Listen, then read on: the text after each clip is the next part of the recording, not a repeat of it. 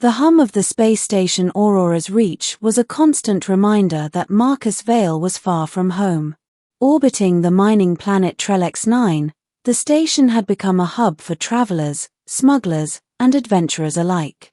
Marcus, a freighter pilot turned independent courier, had spent years moving cargo between distant star systems, but tonight, he felt a rare sense of solitude and not the comforting kind. After a long shift transporting rare minerals, Marcus returned to his quarters, a cramped cabin with just enough room for a bed, a small desk, and a storage unit for essentials. It wasn't much, but it was his sanctuary, the only private space in a life otherwise spent in crowded docking bays, noisy hangars, and alien marketplaces. He was just about to collapse onto his bed when there was a soft knock on the door. "Who is it?" Marcus called, expecting perhaps a neighbor, a maintenance worker, or an overzealous station security officer. A small voice answered, slightly hesitant, I need a place to stay tonight." Marcus opened the door to find her standing there.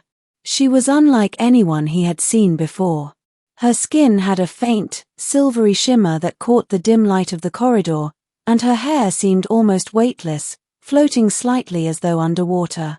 Her eyes, a deep violet, held a mixture of fear, exhaustion, and something else, hope. "I can't find any available rooms," she said softly, "and I'm not sure where else to go."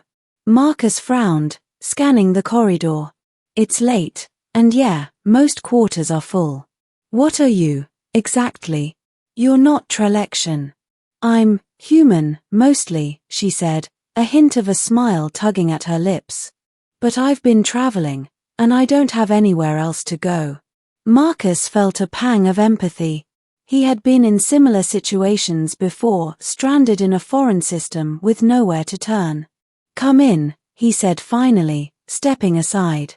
"I don't have much space, but..." She hesitated at the threshold, then nodded. "Thank you." The cabin was small, almost claustrophobic, but to her, it was paradise. She set down a battered travel pack and looked around with wide eyes. Marcus couldn't help but notice how different she seemed in the ordinary confines of a human habitat. Her presence was otherworldly, yet grounded by the obvious relief that she felt just being allowed in. "What's your name?" Marcus asked as he sat on the edge of his bed. "I'm Lyra," she said, voice soft but steady. "Lyra Kane." Marcus raised an eyebrow. "Kane? Coincidence?" She shook her head. "No. Family business, something I'd rather not explain right now." Marcus nodded, understanding that some details were better left for later. "All right, Lyra. You can sleep here. There's not much room, but the bed is fine for one." Lyra hesitated, biting her lip. "Can I sleep here?" she asked quietly, almost as if seeking permission for more than just the bed.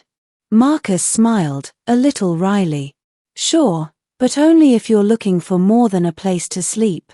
There's room in my life too, if you want it." Lyra blinked, taken aback.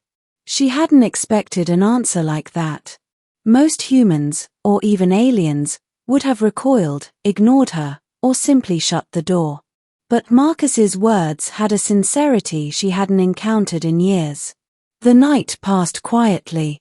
Lyra curled up on the narrow bed, leaving enough space for Marcus. Despite the cramped quarters, there was an unspoken understanding between them, a mutual respect and an odd, budding comfort. By morning, Marcus had learned that Lyra wasn't just another stranded traveler. She was a skilled pilot, trained in combat tactics, and had knowledge of alien tech that even he hadn't encountered before. "You've been hiding," Marcus said cautiously over breakfast, a small tray of synthesized protein and nutrient gel. "I had to," Lyra admitted. "Some people, they want me gone. I was running from a situation that could have gotten me killed if I stayed in the wrong system." Marcus nodded. "You picked a dangerous life, then. But you made it here. And for now, you're safe." Lyra's violet eyes met his. I trust you, Marcus. More than anyone else I've met in a long time. Days turned into weeks. Lyra stayed aboard the Aurora's Reach under Marcus's informal protection. The two of them began collaborating, combining their skills for small missions across the Outer Rim, retrieving cargo, navigating pirate territories, and occasionally escorting diplomats or travelers through dangerous sectors. What surprised Marcus was how much he learned from her. Lyra's understanding of alien cultures, technology, and combat was far beyond his own, and her tactical thinking often saved them from tight situations. But equally surprising was how much she had learned from him: human intuition, resourcefulness, and adaptability that even she hadn't fully appreciated before. Their nights together were quiet and intimate, filled with shared stories of past hardships, humor, and occasional debates over strategy or philosophy. Marcus learned that Lyra had been trained as part of a human-alien hybrid program designed to bridge relations between species, but the program had been abandoned due to political complications. She had been surviving ever since, traveling from system to system, never staying long enough to be traced or captured. The real test came when a pirate fleet attacked a convoy they were escorting. The pirates were ruthless, equipped with superior firepower and advanced cloaking devices. Marcus and Lyra were forced to work as a team under extreme pressure. Lyra piloted the shuttle with precision, weaving through debris fields while Marcus directed the convoy, dodging plasma blasts and disabling enemy craft with clever use of energy pulses and makeshift EMP devices. At one point, their shuttle was caught in a tractor beam. Lyra froze, analyzing the energy matrix. I can break it, but I'll need you to cover me. Marcus nodded. Do it. Lyra focused, sending a concentrated energy pulse that destabilized the beam, freeing the shuttle. Marcus immediately countered with a well-aimed blaster shot that disabled the pirate command ship's controls. The convoy escaped, and they had survived another battle together. After the conflict, Lyra leaned against Marcus in the shuttle, exhausted but smiling. You saved us again, she murmured. And you saved me, Marcus replied. More than once, actually. She looked up at him, her eyes shining. I never thought I'd find someone I could trust, someone who doesn't just see me as a target, or a tool, or a liability. Marcus shrugged.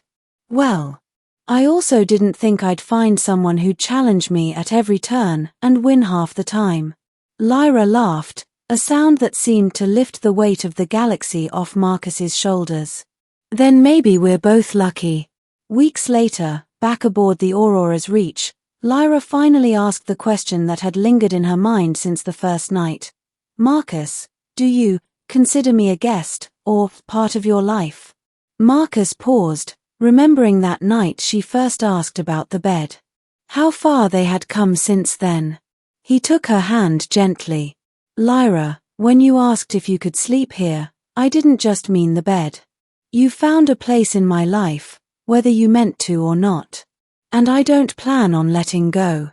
Tears glimmered in her violet eyes. I feel the same. They embraced, understanding that in the vast, dangerous galaxy, they had found something rare, a bond built not just on survival, but trust, companionship, and shared experience. From that night onward, Lyra became more than a passenger or ally.